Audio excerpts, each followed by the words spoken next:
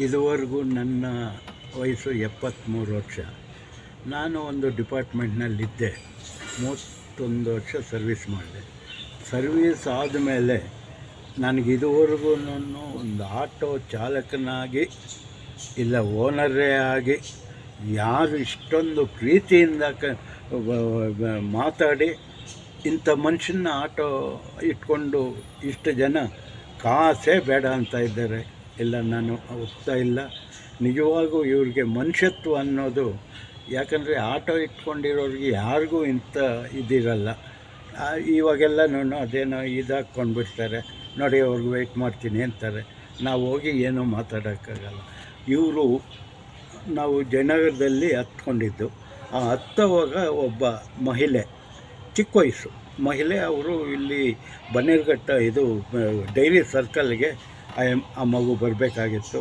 ನಿಜವಾಗೂ ಈ ಆಟೋ ಇಟ್ಕೊಂಡಿರೋ ಓನರ್ಗೆ ಆ ಮಗು ಇಲ್ಲ ಅವರು ದೊಡ್ಡ ಮನುಷ್ಯರು, ಅವ್ರನ್ನ ಕರ್ಕೊಂಡು ಹೋಗೋಣ ಅಂತ ಕೇಳಿಬಿಟ್ಟು ಆ ಅಮ್ಮ ಪರ್ಮಿಷನ್ ಕೊಟ್ಟ ಮೇಲೆ ನಾನು ಆ ಅಮ್ಮ ಜೊತೆಯಲ್ಲೇ ಕುಳ್ಳಿಸ್ಕೊಂಡು ನನಗೆ ಬಂದು ಆ ಅಮ್ಮವ್ರನ್ನ ಅಲ್ಲಿ ಬಿಟ್ಟು ಇವಾಗ ನಮ್ಮ ಮನೆ ಹತ್ರ ಬಂದಿದ್ದೀವಿ. ನಿಜವಾಗೂ ನನಗೆ ಯಾರನ್ನೂ ನೋಡಿಲ್ಲ ಇದುವರೆಗೂ ಆಟೋ ಇಟ್ಕೊಂಡು ಇರೋದು. ಓನರು ಅವರೇ, ಎಲ್ಲ ಇದೆ. ಇವಾಗ ನಾನು ಕಾಸು ಕೊಡೋಕ್ಕೆ ಹೋದರೆ ಬೇಡಿ ಅಂತ ಇದ್ದಾರೆ. ಅವ್ರದ್ದು ತುಂಬ ಸಹಾಯ ಮಾಡ್ತಾಯಿದ್ದಾರೆ. ಇವತ್ತು ಅವ್ರ ಮೊಬೈಲ್ನಲ್ಲಿ ನೋಡಿಬಿಟ್ರೆ ನನಗೆ ಒಂದು ಆಶ್ಚರ್ಯ ಆಗ್ತಾಯಿದೆ. ಇಂತಿಂಥ ಜನನ ನೀವು ಸಂಭಾಷಣೆಗೆ ಇದು ಮಾಡಿರೋದನ್ನ ನಾನು ಯಾರನ್ನೂ ನೋಡಲಿಲ್ಲ. ನಿಜವಾಗೂ ಇಂಥವ್ರು ಇದ್ಬಿಟ್ರೆ ನಮ್ಮ ಇದು ಸಿಟಿನಲ್ಲಿ, ಬೆಂಗಳೂರು ಸಿಟಿನಲ್ಲಿ ಈ ಥರ ಇರೋ ಮನುಷ್ಯ ಆಟೋ ಇಟ್ಕೊಂಡಿರೋರು ಇವ್ರ ಥರ ಎಲ್ಲರೂ ಬಂದುಬಿಟ್ರೆ ನಿಜವಾಗೂ ಯಾರಿಗೂ ಏನೂ ಇದಾಗಲ್ಲ. ಒಬ್ಬೊಬ್ಬರು ಆಯ್ತು ರೀ ಹೋಗ್ರಿ ಹೋಗಲ್ಲ ಅಂತ ಈ ಥರ ಮಾತಾಡ್ತಾರೆ. ನಿಜವಾಗೂ ನನ್ನ ಇದುವರೆಗೂ ಇಂಥ ಇವ್ರು ನೋಡದೇ ಇರೋ ಕಾರಣ ಅವರು ವೈಯಕ್ತಿಕವಾಗಿರೋ ಮನಸ್ಸು.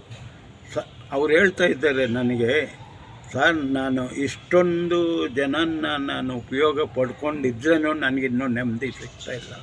ಇನ್ನೂ ನಾನು ಸಹಾಯ ಮಾಡಬೇಕು, ಹಿರಿಯರಿಗೆ ತುಂಬ ಇದು ಮಾಡಬೇಕು ಅಂತ ಅವರು ತುಂಬ ಸಾಧನೆ ಮಾಡ್ತಾಯಿದ್ದಾರೆ. ನಿಜವಾಗೂ ನಾನು ಒಂದು ಕಲ್ಪನೆಯಿಂದ ಹೇಳ್ತಾ ಇದ್ದೀನಿ ಹೊರತು ಅಂಥ ಮನುಷ್ಯ ಇನ್ನು ನಮಗೆ ಸಿಕ್ಕಲ್ಲ.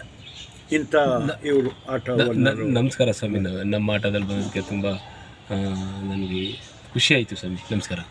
ಸರಿ.